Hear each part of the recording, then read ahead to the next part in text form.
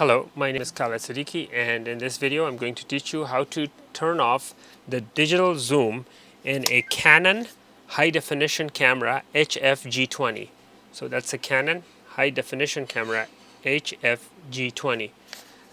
So as you know, when you use the digital zoom, the picture quality deteriorates and it becomes like not very clear. So it's good to turn off the digital zoom and only use the optical zoom.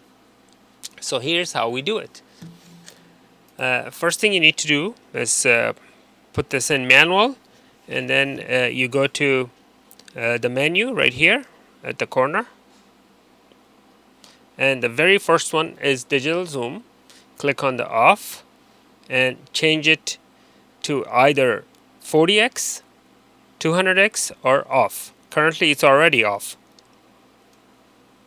So basically right now it's exactly how I want it to be, but you could choose any of these options.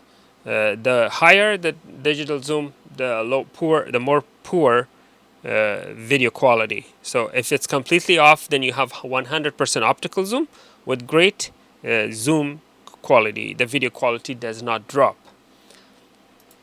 Alright, thank you for watching. Please don't forget to like and subscribe.